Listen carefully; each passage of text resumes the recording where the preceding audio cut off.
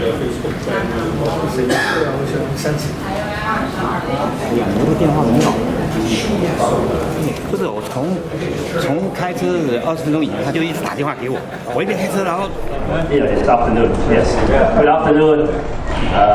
Our guest, special guest, we're introducing very shortly, and our very, very special guest, our good friends from the media, on behalf of our committee, from the Federation of Chinese Canadians in Markham, and also our affiliated organizations, the Association of Progressive Muslims of Canada, and the Canadian Catholic Congress, and also many other groups as well, including from the Canadian Federation and Cultural Friendship.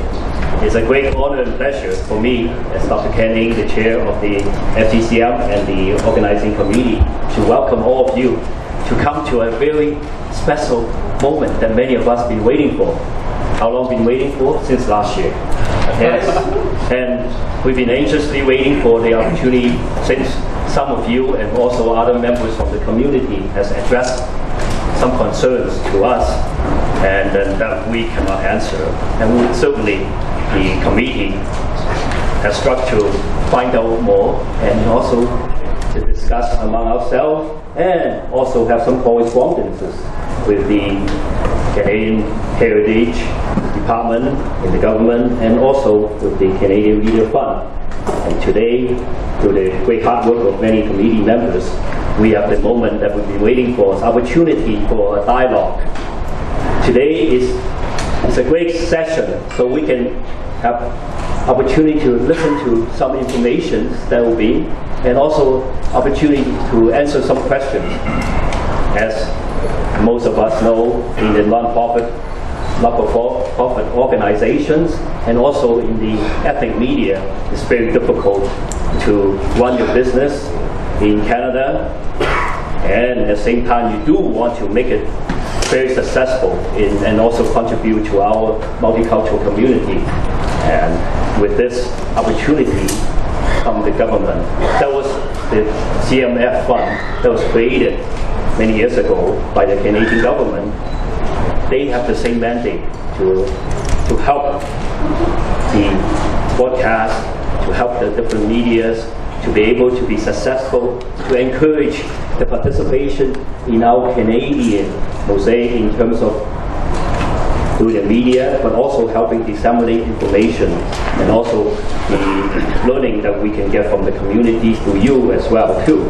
So this has been very successful in the mainstream, I would say. In the diverse community, well, most of you still feel short, and certainly we can acknowledge that. But I think sometimes maybe because of the information hasn't been properly, hasn't been promoted to all of us in the community. So through this interaction, I think this is a good beginning.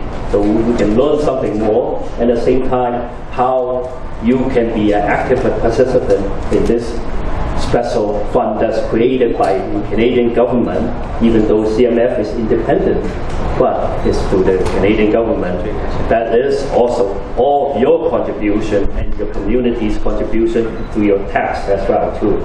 And certainly we are very honored today to have the experts that can answer that, okay, and also be able to guide us as well too. And we have with us, well, we have the Sandra Collins, who's the VP for CMF, with us here. Welcome. And we also have, well, I guess we should go with the ladies first. Now we have Jill, okay, and Jill Sampson, who's also the VP for Telefilm Canada, with us also here. Okay. Deputy Director, okay. Thank you. And of course, for our male part, she's divided into female and males in here, right? It's gender parity. Well, almost. Well, we have our good friend, the manager of the program policy, Rod Butler, here with us. Okay. With us, they will be making a little bit of update and presentation and open to it. And we're going to get started by actually giving some background and also caption of After Dr. Kenyon, normally you do not have too much to say because he's a master person, can cover everything, right? Thank you, Dr. Kenyon. And also want to say thank you, Emily. More than better half, it's the best better half. And thank you for FCCM for us to host this event. 大家下午好。I just want to say on behalf of the organizer, want to especially welcome every one of you to come out today. Of course, special welcome to our guests, Dr. Kenyon, Sandra, Jill, and Rod. This session we have been waiting for quite some time. That's very true. We actually appreciate some communication community group had with the CMF president, Valerie is not here, but thank you to her as well, to the president office. So now finally we have a very senior team, from the senior executive are here with us. This is only the first session. I believe they come out this year to meet the GTA diversity group. I'm sure Tamil and other community group will be to hear similar information session today. Just very briefly, I would like to explain to our guests, the CMF, 加拿大媒体基金, actually wasn't a familiar word to the crowd here. So when I heard they have been making some changes to the policy, to the program, actually to a lot of people here, we probably the first time hear about, right? And as a matter of fact, I think that was one reason community in general we were a little bit shocked later last year when some information surfaced through the social media, how much, many millions of dollars, how many years was given to one Chinese community TV and production company. I think that's how this thing started, right? And I know we do have many quality, organization, media. Many of you are here today, and there are a lot of others even cannot make it here today. But I think the message now finally out. There is a very good foundation for the CMF. Can support a lot of mission vision we'll hear about today. So it is your session, so make sure we ask a lot of questions at the end. And if you want to chat at the end, Rod already started, so get the business card. I think the idea is we can learn what the foundation is, and then how many categories, how to apply. That's the key, right? The key requirement to get a successful application in. So the idea is we'd like to see more and more qualified, good candidates, many business community from Chinese and Tamil and Muslim and all those Canadian features, right? The beauty of Canada is multicultural diversity. So anyway, just want to thank you everyone. 谢谢大家的光临. Enjoy the session. If you haven't had the food, if not, we'll just go on probably hour and a half-ish for the next session. And enjoy. Thank you. Am I? Can you hear me? Well, first of all, thanks very much for the invitation to join you today. We really appreciate the opportunity to come and talk to you, and also for putting on a lovely lunch for us. So thanks again very much for this opportunity. So we don't have a formal presentation for you. We're each going to do a little bit. I'll start out by talking about the CMF in general, how we work, everything else like that, and Rod will speak about the program, and Jill. I should mention, if you were one of the lucky ones to get one of the last few business cards that Jill had, she was just in Winnipeg. We got back late last night, so I think you exhausted all your cards in Winnipeg. Rod and I are with the Canada Media Fund, and we have a service arrangement with Telefilm Canada, where Jill's with Telefilm. So Canada Media Fund develops the policy, the strategy, does all the reporting. The process for applying all the steps through the administration of a production or development contract right through to the end is all managed on our behalf by Telefilm Canada. So that's why we have different business cards, but we work very closely together. So Jill can speak about more details on the evaluation grids, things like that. But we'll all address any questions you have to the best of our abilities. So I think I'll start by just talking a little bit about the Canada Media Fund. Please feel free to jump in if I miss anything. So the Canada Media Fund was established in 2009, and we launched our first programs in 2010. However, there were numerous predecessor funds to the Canada Media Fund, which date back to 1995, which was the very first iteration of the fund, which was called the Cable Production Fund, and it was actually established by the CRTC. So we first came to be due to the CRTC. About the following year, the Government of Canada, through the Department of Canadian Heritage, came on board and started to also fund us. So ever since that time, those are the two principal funders of fund. It's hard to say. So the Government of Canada gives us an annual contribution, which is currently $134.1 million per year.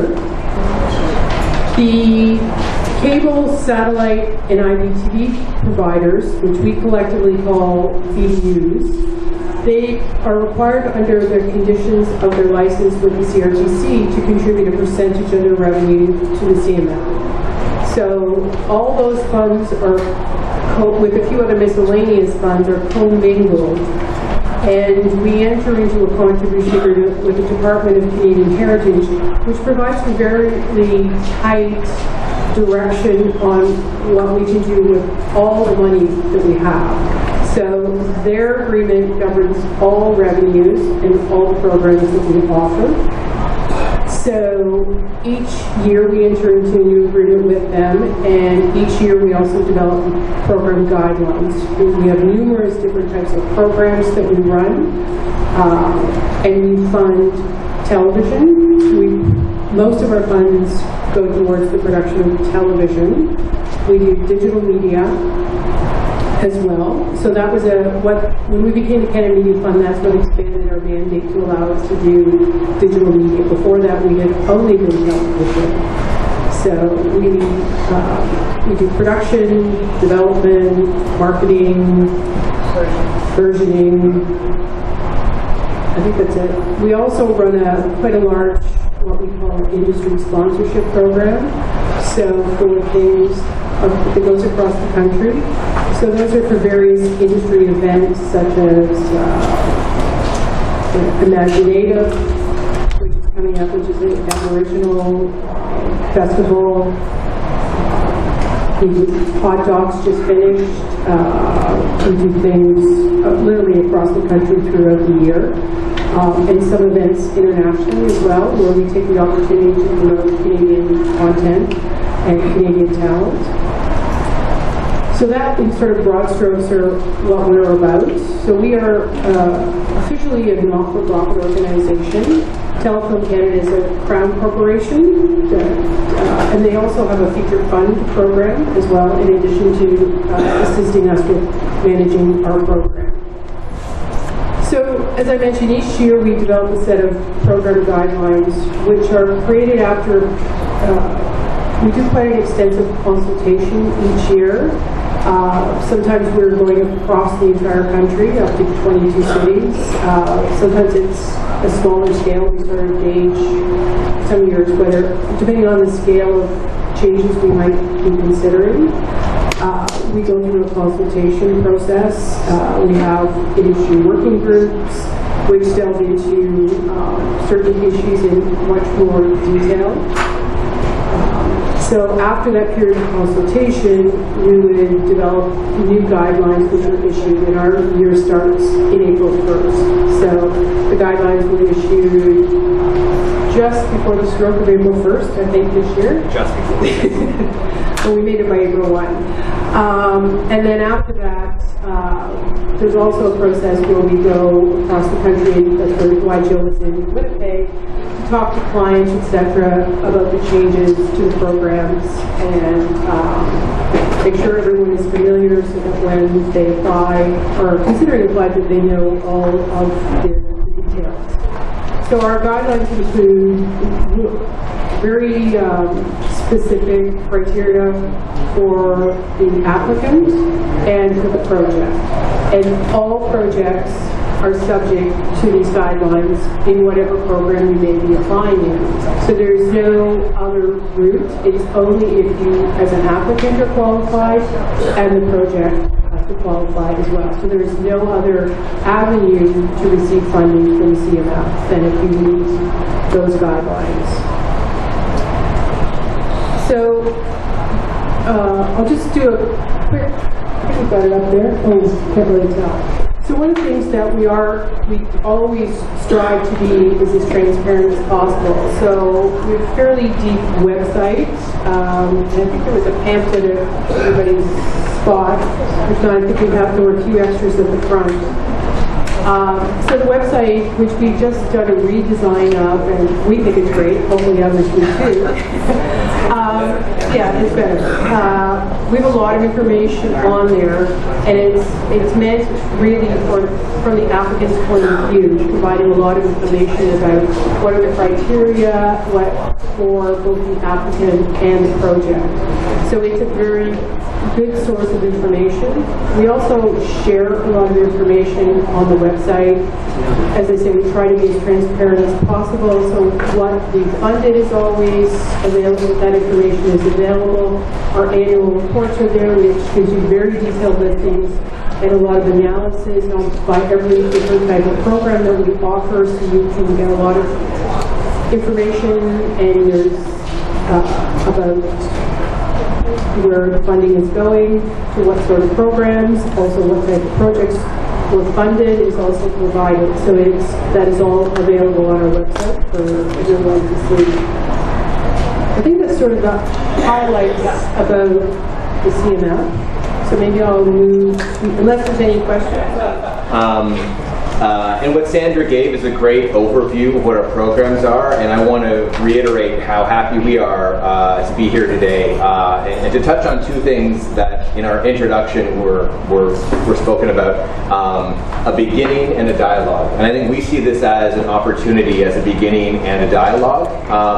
As Sandra mentioned, we've been around for a number of years, but if this is the first opportunity that a lot of people have not had exposure to the CMF and its programs and policies, then we take this as a great opportunity to let the community know who we are, what we're about, what sorts of programs we have, and we do have such a range, a portfolio of programs that we're optimistic and hopeful that there's something there for a range of different types of applicants. To touch on what Sandra says, to give everyone a bit of context, because we get money from the federal government and the distributors of cable and satellite TV, we are a public and private organization. We do have a contribution agreement with the federal government, and in that agreement, that basically lists the marching orders and the parameters by which we can offer our programming. And so while every year we do a consultation and working groups in the fall that lead up to a revision or a redrafting of a lot of our guidelines to be released for the new fiscal,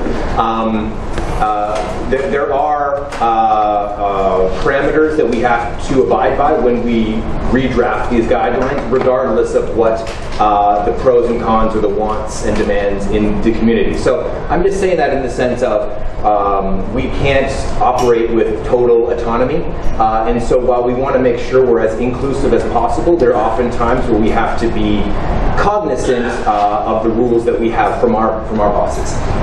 So with that said, we mentioned there's a diversity, no pun intended, of programs. And so I want to talk a lot today about the diverse languages program that's offered by the CMF. And so, again, I think I'm going to start, what I often find is more successful at events like this, is if we start pretty basic. And if people are up to speed, we can layer on more information. But I'm going to start pretty basic just to make sure everyone's on the same page. And so to keep it as bare bones as possible, the CMF has two core streams, a convergent stream and an experimental stream. The experimental stream, deals a lot more with the digital media side of our funding, ebooks, apps, games. We introduced a web series program last year. but the diverse languages program exists in what we call the convergent stream. And the convergent stream means you have to make your project available on at least 2 platforms, and the caveat is one of which must be television. And so I think what we're going to get into today is with regards to access the DLP, because I think a lot of people, they like the context, they like the background, but ultimately people want to know how they can access this money. I think the access of the money, and Jill deals at our administrator and knows so much about this, and so she's going to probably pick the ball up where I leave it. But there's 2 stages. There's eligibility to the program in terms of just core non-negotiable qualifications the applicant and the project must have. And once you're an eligible applicant with an eligible project, in the diverse languages program, along with others that we offer, but in DLP especially, it's a selective program. So even though you're eligible for the program, your project then has to, and we have a portion of it on the screen, but I encourage you all to go to our website, and this is basically an excerpt from our guidelines, where there's an evaluation grid where you are actually ranked. The CMF is highly competitive. We go out in the community and speak at a lot of these panels and events, and everyone wants to know the secret. What's the magic bullet? How can I get money? I want money. How can I get money? And my best advice that I always give is say, we want to be partners with the community. We want a collaboration. We want to make sure we're choosing the best projects, the best that Canada has to offer, from the best applicants and as representative of Canada as possible. We want to bring everyone under the tent and make sure that we're choosing the best of the best. With that said, we want applicants that have read our guidelines, that have questions about our guidelines, that have done their research, have done their homework, and hopefully we can partner with them and help them along their path to potentially get funding for great projects. So that's my spiel. Read the guidelines, ask a lot of questions, and all, as Sandra said, are available on our website. Our website did recently get a revamp, so we're hopeful, knock on wood, that it's more intuitive, that you can navigate it a bit easier than in years past. So I touched on it a minute ago. Eligibility and selection. Those are the gatekeepers that you need to pass in order to hopefully obtain CMF funds. So I'll talk about eligibility first.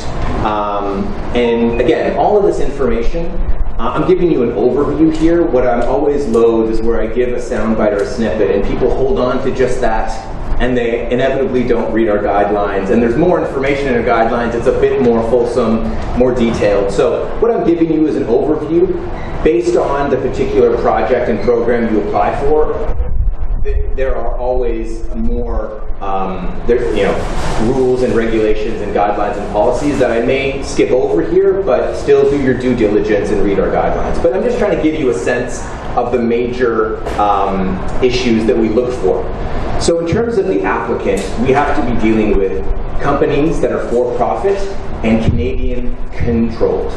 That's the basic start for the applicants we're looking for, companies that are for-profit and Canadian. With regards to projects then, in the convergent stream, you must have TV and one other platform. Now that could be a DM component, a digital media component, or that could be offering the TV component through either video on demand or streaming. So the convergence in the convergent stream is we're looking for that duality of platform.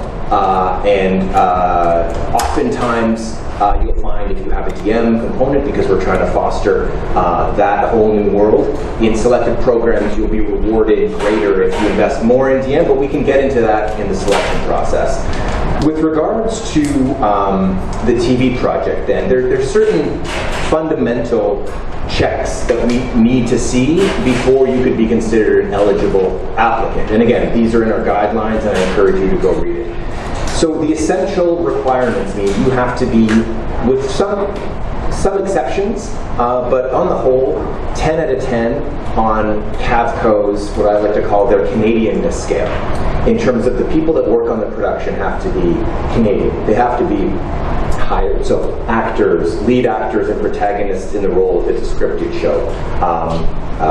Directors, writers, down the line in terms of we want to see that they're hitting it's purely Canadian.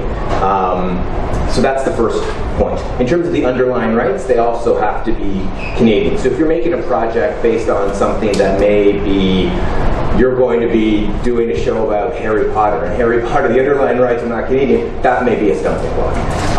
Shot and set in Canada. So again, we're a national Canadian fund. We want to make sure that certain check marks are being adhered to. I'm going to move next to genre. And this is obviously something where, to touch on what Sandra said, we have our objectives and mandate of what we have to do based on the federal government's priorities. So we want to make sure that your project is in what we call an eligible genre. The eligible genre of programs are 4: drama, documentary, children's and youth, and what we call VAPA, variety and performing arts. So we want to make sure that your program falls in one used to be and are still underrepresented genres. We want to facilitate those genres and help those genres get funding. Drama, I'll repeat, drama, documentary, children and youth, so kids programming, and we call VAPA, variety and performing arts. And so that's, again, you must be in one of those genres to obtain CMF funding in the convergence stream. There's obviously in our guidelines miscellaneous requirements that you have to meet in terms of it has to be a new production, it has to conform with the Canadian Association of Broadcasters. So there's a range of little small things you obviously need. Miscellaneous, you have to check all those boxes. I'm leaving the best for last because this invariably is one of the hurdles that a lot of applicants and producers are faced with. You need a television license agreement from and this is where I'm going to pause for a second, CRTC licensed Canadian broadcaster. So they have to have a license to be a broadcaster from the CRTC, and they have to say, applicant X, here is a license agreement that we are going to air this show on this date, here is the money, etc., etc. This license agreement, to complicate things further, has to meet what we call the license fee threshold in the DLP program. The license fee threshold, again, it's in our guidelines, is 10% of eligible costs, which is the acceptable budget.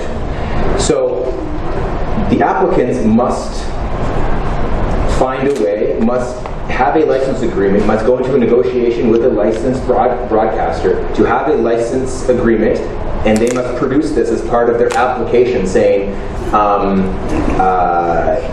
Omni agrees to show Project X, which is in a represented genre, and I'm a Canadian applicant, and all the people involved are Canadian. So there are all these eligibility boxes that have to get checked.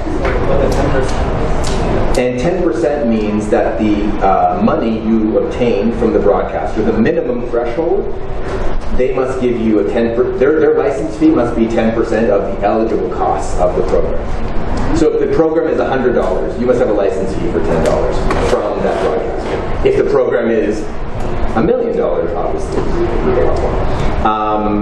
And again, this is in our guidelines, and I find sometimes when I get into the details, it gets very difficult to follow. But the CMF, then, in terms of how much we would give, we give a maximum of 49% of eligible costs, or $200,000, whichever is less. So our maximum is capped at the lesser of 49% of your budget, or $200,000. For TV and in DM, 75% of your eligible budget, or $100K. So that's eligibility right now. And because I've been talking for a long time, I may pivot and pass the baton to Jill.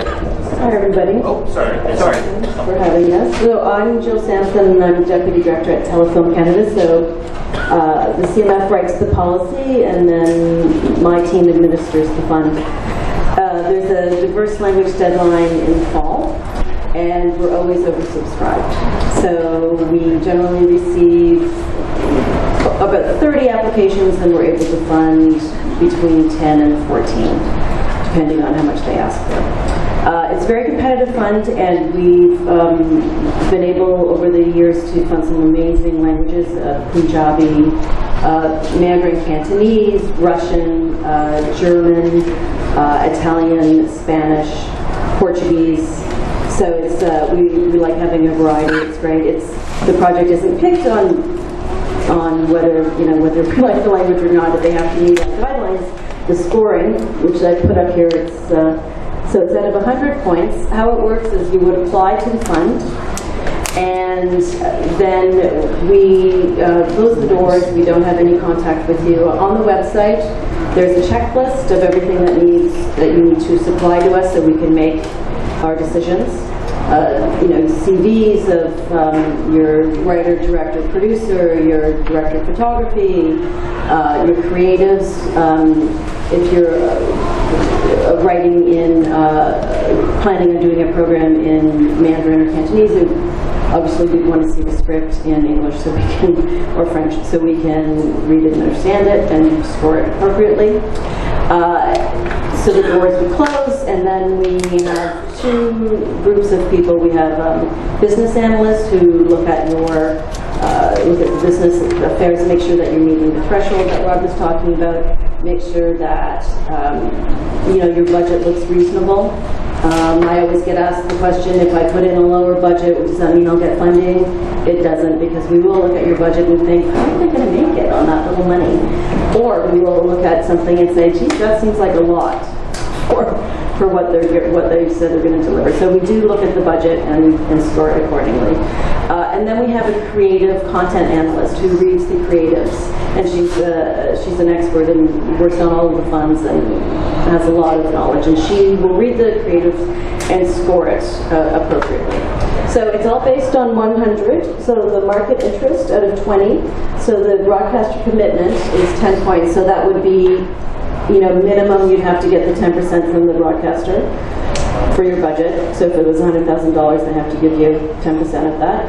If they gave you more, if they gave you 15, 20, 25% of that, we would consider that market interest, and the broadcaster is really interested in your project because they're giving you more money, so we would score it a little higher. Then there's the audience potential. We want to know that it speaks to a Canadian audience, whatever language it is. It'll target all Canadians and have interest to other Canadians. Then there's your team, so that's your writer, director, producer, your DP. We also have a sheet that you can fill out if you've won awards. That will garner you more points. And new this year, we have introduced for all the selected funds, we have parity. So if you have a female writer, director, and producer, you're able to access 3 points, okay, which is great. That's all selected funds. Then we have the creative elements, which are content specialist scores, so that's originality and creativity of the project, and innovation in form and production. So it gives the descriptions beside it. Program objectives, it's encouraging the ethnic cultural content, and then we also have digital media. So digital media is maximum 10 points. So as Rob was talking about, it's a convergent fund. So if you are going to do, it's based on what sort of project you're going to do and the budget.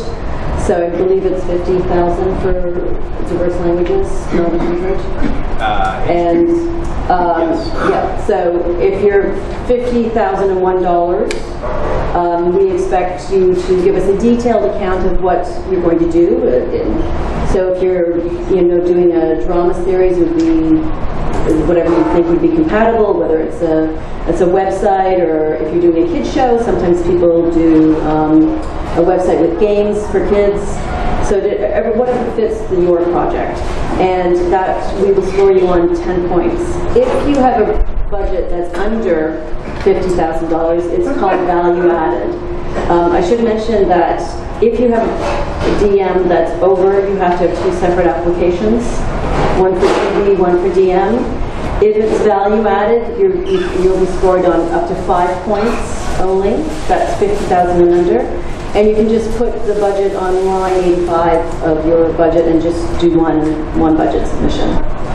It sounds convoluted and confusing probably because it's the first time you're hearing it, but you can always call me and I'll walk you through it, and everything's on the website. So obviously we have a finite amount of money, so everyone will do their scoring. We meet and we go over the scores, and we look at the budgets and who's got the top scores, and when the money runs out, the money runs out. So there's always disappointed people below the line who don't get any. But that happens with all of our selective funds because they're very popular. But as I said, we're always looking for new languages. We've been lucky to have lots of different broadcasters. Omni in the past has triggered projects. Tele Latino has triggered some projects. ICI, Ethnic Community Channel, has also triggered projects. So you just need to make sure that you find a broadcaster that can give you the license fee and is CRTC licensed, because we will obviously check all of that. Please do submit.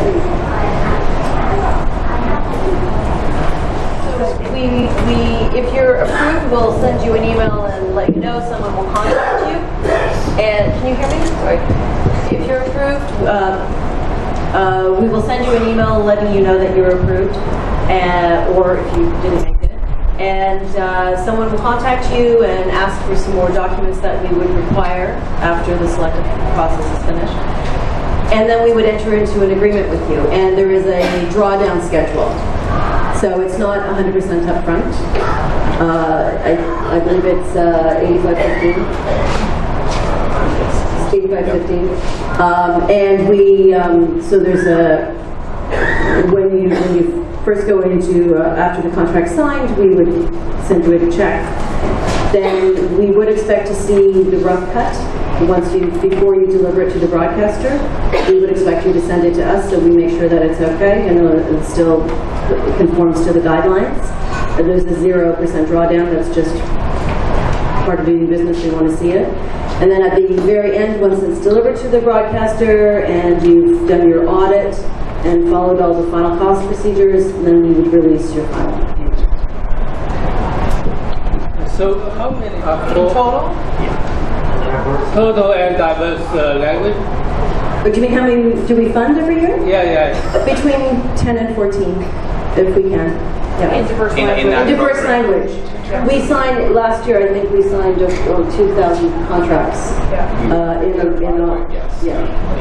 So we have lots of different other programs, but for diverse language there's one deadline a year, and I think it's between, sometimes it's 10, sometimes it's 12, sometimes it's 14, depends on how much the budget ask is.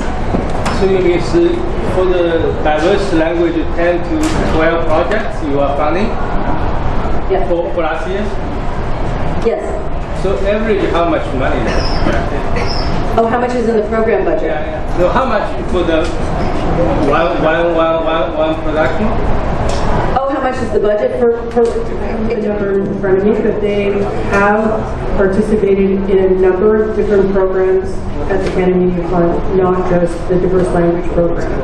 So the dollar limits that Jill and Rod were referring to are specific to the diverse language program. They participated in something called the Convergent Digital Media Incentive, which is up to $500,000 per project. They have also participated in what's called, now they're participating in something called the Performance Fundable Program, which is a competitive pool.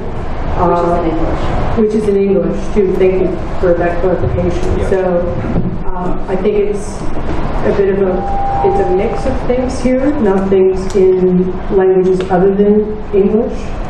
So that's why it's not a apples to apples comparison. So there's no limit. Let's say if someone, TV station or production company, they can apply for unlimited programming for funding based on each project, that they can submit, say, 20, 30 projects within that company. Well, they could if they can afford to do that. We don't That's not something that we'd see. I mean, I suppose the CBC, which is in-house, may apply with multiple projects every year. But for smaller broadcasters, we never see that amount. But there is no cap on what they can. Yeah, that's what I'm concerned of. I mean, a lot of media is like a project in the beginning. You project the image. Each project is only 200,000. But that's for one program. That's just for diversity. But one group of company actually gets so much funding. Just last year, what was the figure? I think 15 to 16 was about 6 million, over 6 million total. Over 6 million total. I think for diversity, one it's group close to about 1 company. million. So how did that company? What was the breakdown that's able to extract so much fund from the Canadian Media Fund?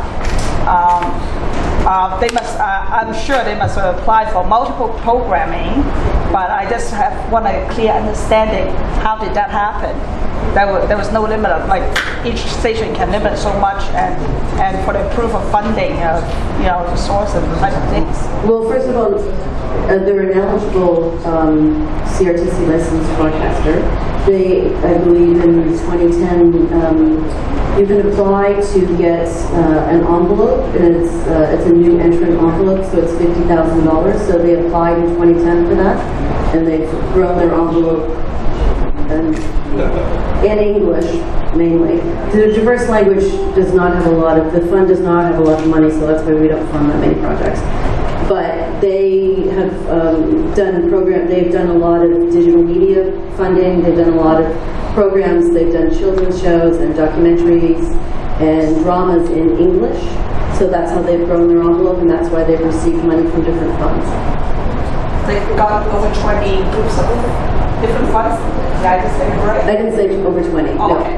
No. So they've accessed different funds. It depends. So it's PEP, they've accessed CDMI. So PEP is our conversion. If it's 6 million over, they got to be multiple, right? how many did they apply? Out of that 6 million, do you have a ballpark figure on your records? I didn't bring anything. I don't have that figure. Over several years, at least 3 years, over 50%. Right? So are you aware of that? Like 30 and 2 questions, right? We are aware. We're aware, certainly, of how much of English performance envelope New Tang Dynasty has earned. If you want to talk about the performance envelope program, we can. It is a competitive program. 55% of it is based on your audience success. So that is how many viewers you have. So you're competing against all other broadcasters in the same language, in the same genre. And it's, by comparison, someone like Horace has a $35 million envelope. So there are broadcasters who have earned significant envelopes. There are other criteria for earning an envelope in that it also requires a significant commitment of license fees that the broadcaster has also put up over time to be able to license programs that then appear on television, that then allow them to draw the audience. So it's not as simple as just looking at this number. So they've also earned credit for if they've done anything in what we refer to as the regions, because we're always promoting the production of content across the country because we are a national fund. So where you do produce out of the large centers, so in English that's Toronto mainly, if you produce outside of that, there's additional credit given for that. If you license digital media to go along with your television program and the performance envelope program, there's also credit for that. So it's a very competitive pool of money, and there is objective criteria to determine their share in relationship to all other broadcasters. So that's what this is. This is not the diverse languages program. This is an English program only. We also have a comparable one in French, but this is an English program, so they're very different. So it's based on earned success. So majority of the money came from English. Yes. So they meet all the requirements. Yes. Have any impact your changing your guidelines well for them? You said you're changing your guidelines, right? Right. Like April 1st. Yeah. So the changing of We didn't do, and Sandra's right, so I think in terms of the questions, there was confusion in terms of they're accessing this money through a separate program, our Performance Envelope Program, our PEP. And so what we were talking about for the majority of the time was our Diverse Languages Program. So they're accessing this money through a separate program. With regards to your question, the changes that we didn't really introduce substantial changes to our PE program this year, except for, as Jill mentioned, in addition to the selective programs, the gender parity new rules that we put in the selective. There are similar analogous rules in PE where eligible broadcasters in that program have to adhere to certain minimum standards that we've announced that will progressively rise over the next at least three years. So other than the gender, there was nothing directly changed to PE. I think every year, and this is where I think this is a great, again, a beginning and a dialogue. Every year we have, as people have mentioned, our working groups and consultation in the fall. So it sounds like this is a room filled with a lot of people that may not have come out and gathered a lot of information in the fall during that time. And so I think this is a great jumping off point. When is your next session? It's good. It's usually in the fall. We post it well in advance in July. Check our website. Our website is always updated with news releases. Check our Twitter feed. We want the community to be involved, and we want the selection of projects to be representative of Canada. So I think it's great that we're here to learn as much as possible. I'm also happy to hopefully all of us fill in a few blanks of if there was misconceptions about what money was given to what program. But with regards to New Tang, they are a licensed CRTC broadcaster that fulfilled the guidelines and requirements that are available on our website, and they've been doing this for the past few years. With that said, we encourage any broadcaster that's licensed by the CRTC to fulfill those same check marks and requirements and guidelines to make the Canada Media Fund as competitive and as successful as possible. Thank you. So in terms of, I think, if I remember, your first component of your question was if there are any measures or levers that we have to modulate the demand on certain programs. The short answer, again, without getting into the granularity, in some programs there are caps on broadcaster groups, in other programs there are not. So with regards to diverse languages, we do allow in-house production, and jump in if I'm getting this wrong, but in DLP there is no,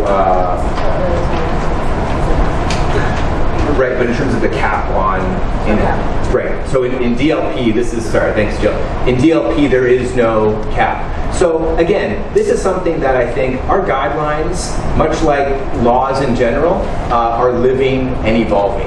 And so as years go by and as we hear feedback from valuable stakeholders in the community, we adjust and we shift our guidelines to make sure they're still responding to the marketplace. At this point, our guidelines in DLP had served a certain purpose, and again, to harken back to the gentleman's question with regards to New Tang and the $6 million number, they're accessing an entirely other program where they're getting what I view, I think, is the majority of their funding. So with regards to DLP right now, we haven't seen a need to modulate those in-house rules. I think the issue, and again, this is something that I would want to know more information on, but in terms of the demand on the program of diverse language producers with license fees from a wide range of CRTC licensed broadcasters, we haven't seen, there has been a concentration of who those broadcasters are, because those are the, as the CRTC calls, ethnic and third language broadcasters in Canada.